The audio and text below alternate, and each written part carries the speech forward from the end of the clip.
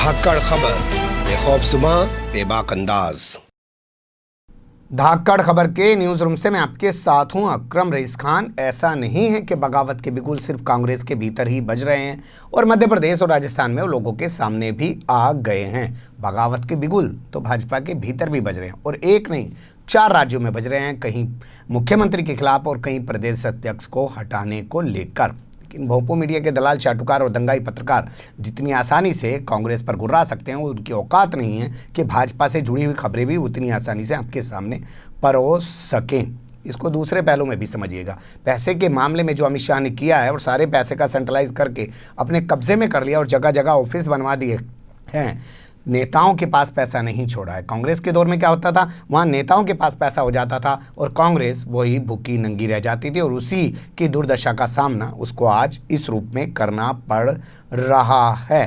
तो कौन से हैं वो 4 राज्य जहां भाजपा के खिलाफ अंदरूनी बगावत चल रही है और क्यों मीडिया नहीं दिखा पा रहा है? एक एक राज्य का विस्तृत रूप से आपके सामने हाल रखेंगे। लेकिन आगे बढ़ने से पहले छोटी सी अपील है आपसे, अगर आप लोग YouTube देख रहे हैं तो हमारे चैनल को सब्सक्राइब कर सकते हैं, फेसबुक या ट्विटर देख रहे हैं तो आप लोग हमें फॉलो कर सकते हैं। चलते हैं पहली खबर की तरफ। पहली खबर हमने उत्तर प्रदेश की बनाई है। उत्तर प्रदेश में सीएम आदित्यनाथ योगी का लगातार भाजपा के भीतर विरोध बढ़ता जा रहा है। कैसे कैसे वो विरोध बढ़ रहा है सीधा आपके सामने रख देते हैं, ना इधर की बात करते हैं ना उधर की बात करते हैं। दिसंबर 2019 की ये तस्वीर आप लोगों के सामने से गुजरी होगी, जब लोनी विधायक नंदकिशोर गुर्जर के नेतृत्व में विधानसभा के भीतर 100 से ज़्यादा बीजेपी के विधायकों ने आदित्यनाथ योगी के खिलाफ जमकर नारेबाजी लगाई की और आरोप लगाया कि उनके दौर में विधायकों की कोई वक़्त नहीं रह गई है, पुलिस प्रशासन उनकी नहीं सुनता है, उनके खिलाफ उल्टी कार्रवाई की जाती है, सरकार में भी उनकी बात नहीं सुनी जा रही है।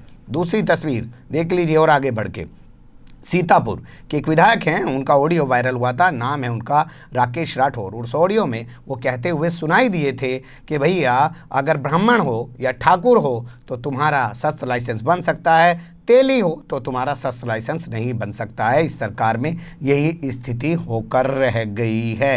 यानी कि वो सीधे आदित्यनाथ योगी पर सवाल खड़ा कर रहे थे कि वो ठाकुर हैं तो ठाकुरों की चल रही है, जो और ओबीसी जाति से हैं या एससी समाज से आते हैं उनकी नहीं चल रही है, भले ही वो बीजेपी के विधायक हों। इसी क्रम को अगर आगे ले जाएं तो आगे आप नाम जोड़ लेंगे बहराइच के विधायक का।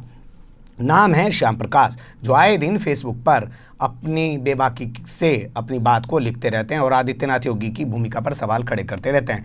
कहते हैं कि जब आदित्यनाथ योगी कहते हैं मैं ईमानदार हूं तो फिर हर कोई भ्रष्टाचारी क्यों है, बगैर पैसे के कोई काम क्यों नहीं होता। भ्रष्टाचार के गंभीर आरोप लगाते हुए उन्होंने अपनी विधायक निधि से दिए गए 25 लाख रुपये भी वापस मांग लिए थे, जो कोरोना की लड़ाई के लिए स्वास्थ्य विभाग को दिए गए थे। उन्होंने कहा मेरे 25 लाख वापस दो, वहाँ पर भ्रष्टाचार हो रहा है। अभी भी लगातार उनके लिखने का सिलसिला जारी है। हालांकि उनसे जवाब भी तलब कर लिया गया था और जो और ऊपर विधायकों ने नाम बताए उनसे भी जवाब तलब कर लिया गया था। अलीगढ़ लेके आपको चलना चाहता हूं। जवाहर लाल नेहरू मेडिकल कॉलेज है, उसमें धांधली का आरोप लगाते हुए यहाँ के जो विधायक हैं उन्होंने तो सबसे बड़ा कमाल कर दिया। उन्होंने तो आदित्यनाथ योगी को बाईपास किया और वो पहुंच गए सीधे राजनाथ सिंह के पास, जो उत्तर प्रदेश के पूर्व सीएम रह चुके हैं और वर्तमान में देश के रक्षा मंत्री हैं। उन्होंने उनसे कहा कि यूपी से उम्मीद नहीं है, इसलिए आप इस मामले की जांच कराएं। दलबीर सिंह उन विधायक महोदय का नाम है। यानी कि आदित्यनाथ योगी के खिलाफ एक के बाद एक ये लगातार विधायकों में किस तरीके का गुस्सा बढ़ता जा रहा है। पूर्व सीएम को चुना, प्रधानमंत्री को तो नहीं चुना, सोचिएगा इस बात को भी कभी। पूर्व सीएम राजनाथ सिंह को चुना। अब अगली तस्वीर और रखें तो विधायक ही नहीं, सांसद भी आदित्यनाथ योगी के खिलाफ खड़े हुए नजर आते हैं।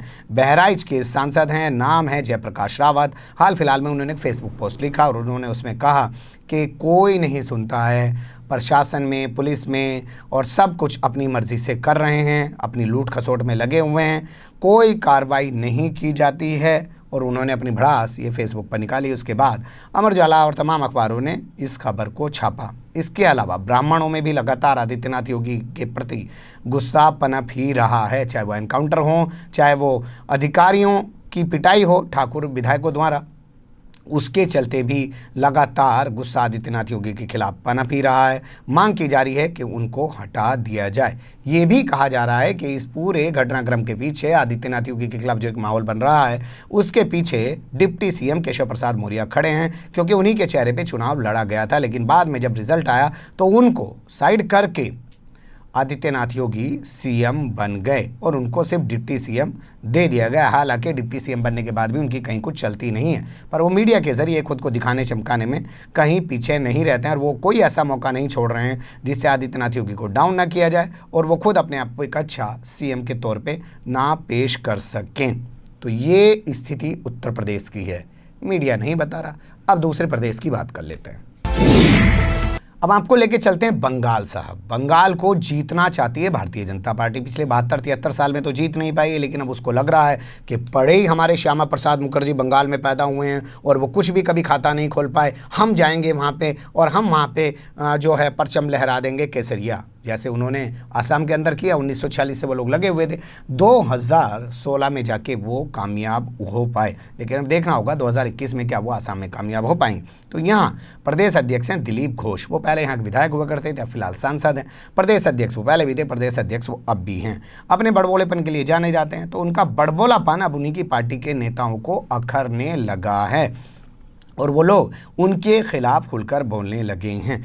उनका विरोध करने वालों में सबसे बड़ा नाम जो उभर कर आ रहा है वो बैरकपुर के सांसद अर्जुन सिंह का है और इसके अलावा संगठन महासचिव जो हैं वो भी उनके खिलाफ खुलकर बोल रहे हैं। सुब्रत चटर्जी उनका नाम बताया जा रहा है, यानी कि दिलीप घोष और संगठन मंत्री के बीच भी आपस में रस्साकसी चल रही है और बाहर जो बैठे हुए नेता हैं वो भी सवाल खड़ा कर रहे हैं। बीजेपी में आए टीएमसी छोड़कर मुकुल रॉय ने भी दिलीप घोष की कार्यशैली पर सवाल खड़े किए और कहा है कि हमें किसी मामले में पूछा नहीं जाता है और ये सब कब हुआ वो थोड़ा सा समझ लीजिए।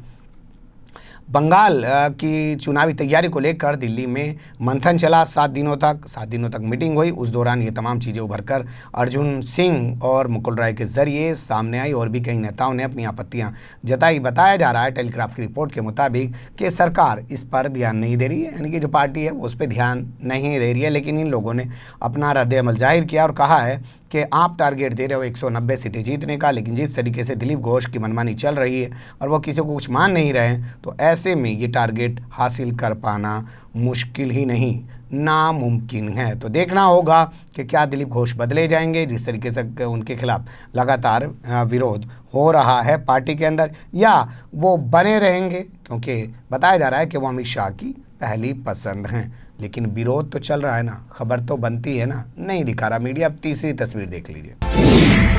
अब आपको लेके चलता हूँ मणिपुर का हाल आपके सामने रख देते हैं। यहाँ के सीएम का विरोध ज़बरदस्त शुरू हो गया है, उनको हटाने की मांग तेज़ हो गई है और उनको हटाने की मांग को लेकर 3 मंत्री दिल्ली पहुंच गए 14 जुलाई को और उन्होंने कहा साहब इनको हटाइए, इनको हम बर्दाश्त नहीं कर सकते हैं।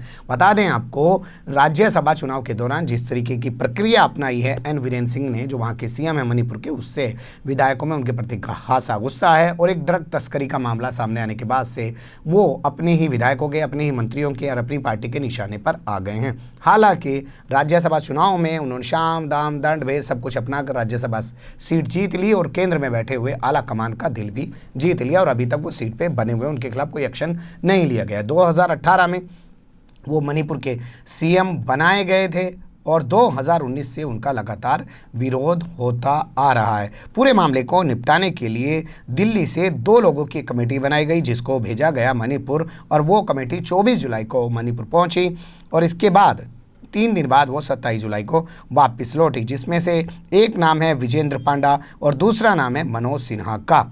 ये लोग दोनों वहाँ मुख्यमंत्री से भी मिले और उन्होंने वहाँ के प्रदेश अध्यक्ष से भी मुलाकात की और कई अलग अलग लोगों से भी मुलाकात की, लेकिन निकला कुछ नहीं। प्रदेश अध्यक्ष जो वहाँ के हैं साईं खोम टिकेंद्र सिंह, उन्होंने अपनी खासी नाराज़गी सीएम के प्रति जताई है, यानी कि सीएम का सीट पे बने रहना मुश्किल है। लेकिन अब देखना दिलचस्प होगा कि कब तक अपनी बादशाहत को एन वीरेन सिंह बरकरार रख पाते हैं या बीजेपी अपने विधायकों को कब तक अपने सीएम के प्रति इस तरीके से नाराज़ रख पाती है, या वहाँ कुछ और हो सकता है। इन सारी चीज़ों में जो ख़ास बात है उस पर गौर कर लीजिए। जैसा मैंने शुरू में कहा था, पैसा नहीं है कांग्रेस के पास, बीजेपी के पास पैसा है। वो ऐसी बगावतों का पैसे के ज़रिए फ़ायदा उठा लेती है और मीडिया उसके साथ मिला ही हुआ है। अगर कांग्रेस के पास भी पैसा होता तो ये भी बैंड बजा देते ऐसी तमाम जगह। बता दें आपको, ये वही मणिपुर है जहां महज 2 सीटें आने के बाद बीजेपी ने शाम दान दंड भेद अपनाकर कांग्रेस में तोड़फोड़ कर दी थी और यहां की सत्ता कब्जा ली थी। अब वहां पर सत्ता में बने रहना उसके सीएम के लिए मुश्किल हो रहा है। अगले पहलू की तरफ चलते हैं। अब बात कर लेते हैं साहब नागालैंड की। नागालैंड में भी आपको पता है भारतीय जनता पार्टी ऐसी पार्टी के साथ सत्ता में बनी हुई है जो भारत से अलग होना चाहती है, अलग देश बनाना चाहती है, नागालैंड का झंडा अलग रखना चाहती है, पासपोर्ट अलग रखना चाहती है, यूएन में नागालैंड का आदमी अलग रखना चाहती है, लेकिन सत्ता चाहिए। बीजेपी का ये फार्मूला जानते हैं क्यों है? बीजेपी हर जगह जाकर सरकार क्यों बनाती है? सरकार बनाने से उसे बेनिफिट ये होता है कि जब वो सत्ता में आ जाती है तो उसके पास कुछ पावर्स आ जाती हैं। पावर्स आ जाती हैं तो आरएसएस को काम करने का मौका मिल जाता है। तो आरएसएस काम करके उसके लिए माहौल तैयार कर देती है। तो जैसे देखिए आप, जम्मू कश्मीर में अपनी विरोधी विचारधारा वाली पार्टी पीडीपी के साथ जाके सरकार बना ली, वहाँ पे आरएसएस को मजबूत कर लिया और फिर साइड में उठा के फेंक दिया पीडीपी को। यही कुछ होने जा रहा है बिहार में। नीतीश कुमार को ऐसे ही फट्टे लगाएंगे क्योंकि इनका इतिहास यही रहा है कि साथ में रहते हैं और साथ में रह के ऐसे ही फट्टे लगाते हैं। देख लीजिए, आपके सामने महाराष्ट्र है। शिवसेना के कंधों पर सवार होकर महाराष्ट्र पहुंचे थे, लेकिन महाराष्ट्र में जाने के बाद शिवसेना को ही साइड करके छोड़ दिया। वो तो शिवसेना इतनी समझदार थी कि उसने वक्त रहते अपनी साइड खुद ही ले ली और आज इनको साइड कर दिया। तो यहाँ क्या खबर आ रही है? यहाँ प्रदेश अध्यक्ष के खिलाफ यहाँ के जितने नेता हैं उन्होंने मोर्चा खोल दिया है और वो राष्ट्रीय महासचिव को पत्र लिखकर इस बारे में जानकारी दे रहे हैं। हुआ यूँ कि यहाँ के जो प्रदेश अध्यक्ष हैं वो मंत्री भी हैं, प्रदेश अध्यक्ष भी हैं। तो यहाँ के जो नेताओं का कहना है वो ये कि एक व्यक्ति एक पद वाले सिद्धांत पे काम होना चाहिए, लेकिन साहब वो भूल जाते हैं कि बीजेपी है, केंद्र में बैठ के कहती है कि 75 साल से ज़्यादा उम्र के किसी व्यक्ति को मंत्री नहीं बनाएगी, लेकिन बीएस येदियुरप्पा जो कर्नाटक के सीएम है, उम्र 77 साल है, बना रखा भाई। कांग्रेस वालों से इस्तीफा दिलवा दिया, बाद में कांग्रेस वालों को जितवा के भी ले आया जब बाई इलेक्शन हुआ।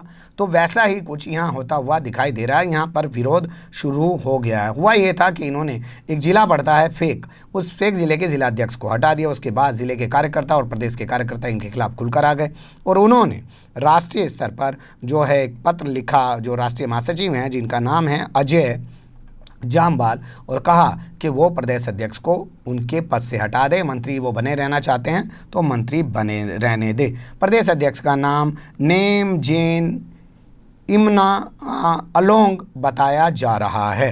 तो अलोंग के खिलाफ वहाँ गुस्सा पनप रहा है नागालैंड में। अब देखना होगा कब तक वो मंत्री भी बने रहते हैं, प्रदेश अध्यक्ष भी बने रहते हैं। और रही बात सिद्धांत की, तो मैं आपको बता ही चुका हूँ, सिद्धांत तो यहाँ कुछ चलता नहीं है। तभी तो खुद साधु होने के बावजूद उत्तर प्रदेश में दारू बिकवा रहे हैं आदित्यनाथ योगी, मदिरा बिकवा रहे हैं। नहीं तो साधु को क्या करना चाहिए कि वो लोगों को बोले भाई दारू बीड़ी सिगरेट इन चीज़ों से दूर रहो, सरकार पूरी तरह पाबंदी लगा दे। लेकिन वो सबसे ज़्यादा बिकवा रहे हैं और गली गली बिकवा रहे हैं। लॉकडाउन के दौरान शाम को 7 बजे लोगों की खाने पीने की दुकानें बंद हो जाती हैं, लेकिन दारू 7 बजे के बाद 9 बजे तक बिकती है। पुलिस दवाई लेने वाले शख्स को डंडा मार सकती है, लेकिन दारू लेने वाले को पुचकारती है, उसकी दुकान के बाहर खड़ी रहती है, सिक्योरिटी देती है। तो यही चाल चरित्र और चेहरा है। पहचानने की सिर्फ ज़रूरत है। पहचान तो एक दिन जाएंगे, कब तक झेलेंगे। बने रहेगा धक्कड़ खबर के साथ। फिलहाल कमेंट्स के रूप में आप लोग अपनी राय दे सकते हैं, खबर को लाइक कर सकते हैं, चैनल को सब्सक्राइब कर सकते हैं और ज़्यादा से ज़्यादा हमारी खबरों को शेयर कर सकते हैं। फिर ऐसे ही किसी सुलगते हुए या उलझते मुद्दे लेकर मैं आपके सामने हूँगा हाजिर। फिलहाल अभी मुझे दें इजाज़त।